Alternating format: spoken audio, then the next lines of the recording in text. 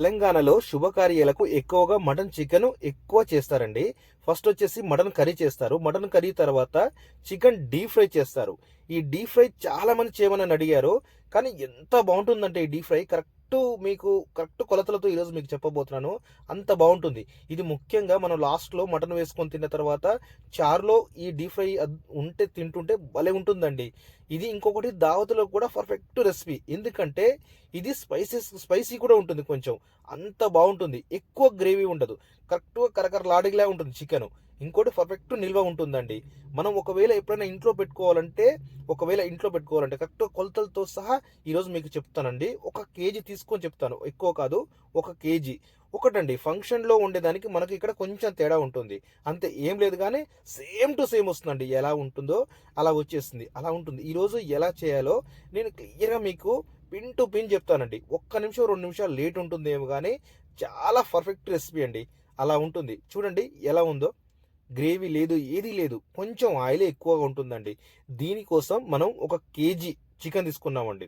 ఒక్క విషయం అండి, చికెన్ తీసుకునేటప్పుడు దాన్ని వాష్ చేయొద్దు. దీనికి వాష్ చేస్తే ఏమవుతుందంటే వాటర్ వస్తాయి. వాటర్ వస్తే మళ్ళీ ఏమవుతుందంటే అది కర్రీ లెక్క అవుతుంది. అందుకే ఒక చికెన్ తీసుకొచ్చిన తర్వాత ఒక 10 నిమిషాలు వాటర్, ఒకవేళ కడిగినాక, ఒకవేళ మీకు ఇష్టం లేదు వాష్ చేసుకుంటారంటే వాష్ చేసుకోండి. వాష్ చేసుకున్న తర్వాత ఒక 10 నిమిషాలు ఆరబెట్టండి. నీట్గా ఆరబెడితే ఏమవుతుందంటే అప్పుడు వాటర్ రావు చికెన్ వేసిన తర్వాత. అందుకే ఇది ఒకటి గమనించుకోండి. దీనికోసం నేను ఫస్ట్ 10 పచ్చిమిర్చి చూసారు కదా, అలా కట్ చేసుకొని కరివేపాకు కూడా పక్కా పెట్టుకున్నానండి. అంతే. కొంచెం డిఫరెంట్ ఉంటుందండి. మనం ఫంక్షన్లో చేసేదానికి దీని డిఫరెంట్ ఉంటుంది. ఫస్ట్ 300 ml వరకు ఆయిల్ తీసుకున్నాను. ఇంత హెవీనా మీరు అనొచ్చు, దాన్ని కూడా నేను చెప్తానండి. చికెన్ పచ్చడికి ఎలాగ ఆయిల్ ఉంటుందో దీనికి కూడా అలాగే ఉంటుంది ఆయిల్. తీసుకొని 1 కేజీ ముక్కలు కొంచెం మన కర్రీ చికెన్ కంటే కొంచెం లావు కొట్టించండి. ఎందుకంటే అది ఆయిల్ వేగే కొద్దీ తగ్గుతూ ఉంటుంది చికెన్ అనేది.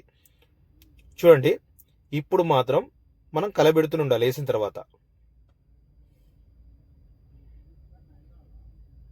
చాలా పర్ఫెక్ట్ రెసిపీ అండి. చాలా టేస్ట్గా ఉంటుంది. ఎప్పుడైనా సరే ఇది వండుకొని మనం పక్కన పెట్టుకొని మనం మామూలుగా చారులో కానీ పప్పులో కానీ చిన్న చిన్న ఏది కర్రీ లేనప్పుడు మాత్రం చాలా బాగుంటుందండి. ఇంకొకటి దావతుల్లో కూడా ఇది నెంబర్ 1 ఉంటుంది. నేను సింపుల్ టిప్స్తో చెప్తాను ఈరోజు. పిన్ టు పిన్ మీకు క్లియర్గా నేను అర్థమయ్యేలా చెప్తానండి. తెలంగాణలో మటన్ కర్రీ తర్వాత ఇదే పెడతారండి. ఫస్ట్ వచ్చేసి చికెన్ పెట్టాలంటే ఈ స్టైల్లోనే పెడతారు మోస్ట్ మ్యారేజ్లకు. చూడండి, ఇప్పుడు ఆయిల్ బాగా కాలుతున్నప్పుడు వేసాను కాబట్టి బాగా ఇట్లా గంటతో కలబెడుతూ ఉండాలి.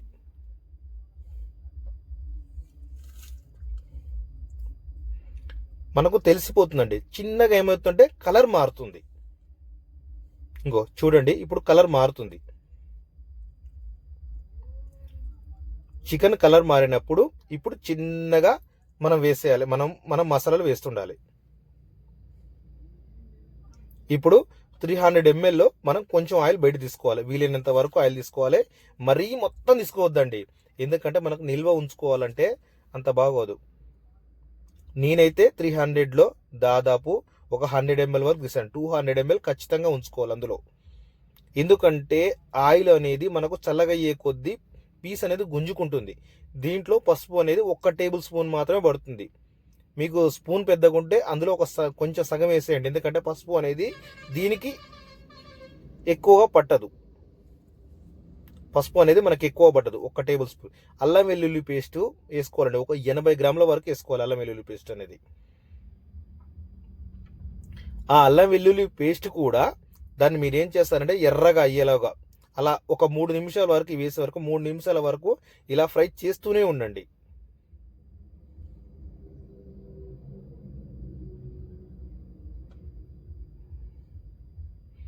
చూడండి, మన చికెన్ అనేది మారిపోయింది. మొత్తం చేంజ్ వచ్చేసింది. ఇప్పుడు మీకు చికెన్ పూర్తిగా ఎలా బయలైంది అనేది మీకు డౌట్ రావచ్చు. ఆ డౌట్కి నేను సమాధానం చెప్తానండి. చికెన్ ఒక బోన్ తీసుకుంటే ఆ బోన్ లోపల బ్లాక్ అవుతుంది, నల్లగా అవుతుంది. అప్పుడు మీకు చికెన్ అయినట్టు. ఇదొకటి గుర్తుపెట్టుకోండి. సాల్ట్ అండి. సాల్ట్ వచ్చేసి 2 టేబుల్ స్పూన్ మాత్రం వేసుకోండి. ఇక్కడ అది కొలత అనేది చిన్నగా ఉంది. 2 టేబుల్ స్పూన్ అయితే కరెక్ట్గా సరిపోతుంది. ఒకవేళ సరిపోలేదంటే మళ్ళీ వేసుకోవచ్చు, కానీ ఒకవేళ చూసి వేసుకోండి. నెక్స్ట్ వచ్చేసి కారం ఒక 3 టేబుల్ స్పూన్ వేసుకోండి. కారం దీనికి అనేది ఎక్కువ పడుతుంది కొంచెం. ఇంకొకటండి, ఫంక్షన్ హాల్లో ఏం చేస్తారంటే గరం మసాలాలు, ఇప్పుడు ఫంక్షన్ హాల్లో ఏం చేస్తారంటే డైరెక్ట్ లవంగా ఇలాచి డైరెక్ట్ ఫస్ట్ వేస్తారు. కాకపోతే మాత్రం ఒక కేజీకి అలా అవసరం లేదండి. ఎందుకంటే మనం ఇందులో కారం ఎక్కువ వేస్తాం, మళ్ళీ ప్లస్ గరం మసాలా వేసుకుంటాం, సరిపోతుందండి కరెక్ట్గా. ఫంక్షన్ హాల్ అంటే చాలా పెద్ద వంటలు, 50 కేజీలు 30 కేజీలు అలా చేయాల్సి వస్తుంది కాబట్టి అప్పుడు మనం మసాలా దాని తగ్గట్టు మసాలా వేసుకోవాల్సి వస్తుంది.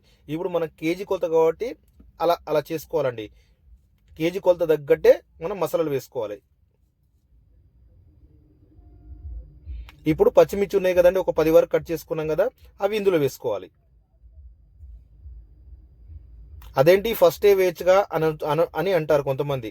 లేదండి, సెట్ కాదు. ఫస్ట్ వేస్తే ఏమవుతుందంటే ఆయిల్ ఎక్కువ ఉంది, ఆ పచ్చిమిర్చి మొత్తం మాడిపోతుంది, ఎక్కడికక్కడ మాడిపోయి ఈ పచ్చిమిర్చి వల్ల కూడా మాడు వాసన వస్తుంది. అందుకే పచ్చిమిర్చి కొంచెం నేను అంత అయిపోయిన తర్వాత వేస్తున్నాను చూడండి. ఇప్పుడు ధనియా పౌడర్ అండి. ధనియా పౌడర్ వచ్చేసి నా నా కొలతలతో చెప్తున్నా. ధనియా పౌడర్ వచ్చేసి 3 టేబుల్ స్పూన్ వేసుకోండి. ధనియా పౌడర్ చాలా బాగుంటుంది ఇలాంటి ఫ్రైలకు. ధనియాలు మన ఒరిజినల్గా మీరు బయట కొనకరాకండి. ధనియాలు మనం పట్టుకునే లైట్గా ఏంపి పట్టుకున్నదే టేస్ట్ బాగుంటుంది ఇలాంటి వాటికి. అందుకే ఫంక్షన్లలో వండుతుంటేనే స్మెల్ మంచిగా వస్తుంది. ఏది కానీ అల్లం వెల్లుల్లి పేస్ట్ కానీ ఫంక్షన్లో అప్పటికప్పుడు పట్టుకుంటారు కాబట్టి బాగుంటుంది. అందుకే దానివల్లనే వస్తుంది. చూడండి ఎంత పర్ఫెక్ట్గా అయిపోతుందో. నెక్స్ట్ వచ్చేసి గరం మసాలా అండి. Garam masala 2 table spoon.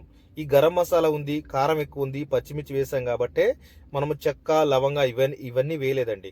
ఇంకా మీకు స్పైసీ కావాలంటే 1 టేబుల్ స్పూను, ఒక టేబుల్ కూడా వద్దండి, ఒక 1/2 టేబుల్ స్పూను మిరియాల పొడి వేసుకోండి, ఇంకా బాగుంటుంది. స్పైసీ కావాలంటేనే, లేదు ఇంట్లో చిన్నపిల్లలు నార్మల్గా ఉంటే మనకు అవసరం లేదండి.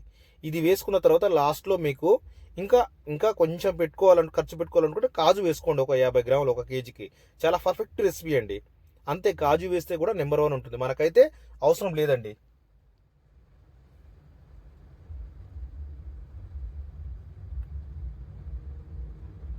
చూడండి ఎంత పర్ఫెక్ట్ రెసిపీ ఉందో.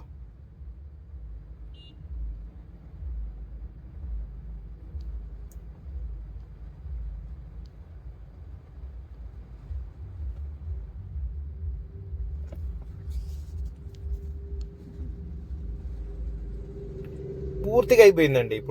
ఇప్పుడు పూర్తిగా అయిపోయింది. సింపుల్ అండి, ఇంతే. మనకు ఫంక్షన్లో చేసేదానికి దీనికి చాలా తేడా ఉంటుందండి. చూడండి కరకరలాడుతుంది చికెన్ మాత్రం. కరెక్ట్గా సెట్ అయిపోయింది. మీకు పూర్తిగా నేను కొలతలతో చెప్పాను, అందుకే పిన్ టు పిన్ నేను కొలతలతో చెప్పాను.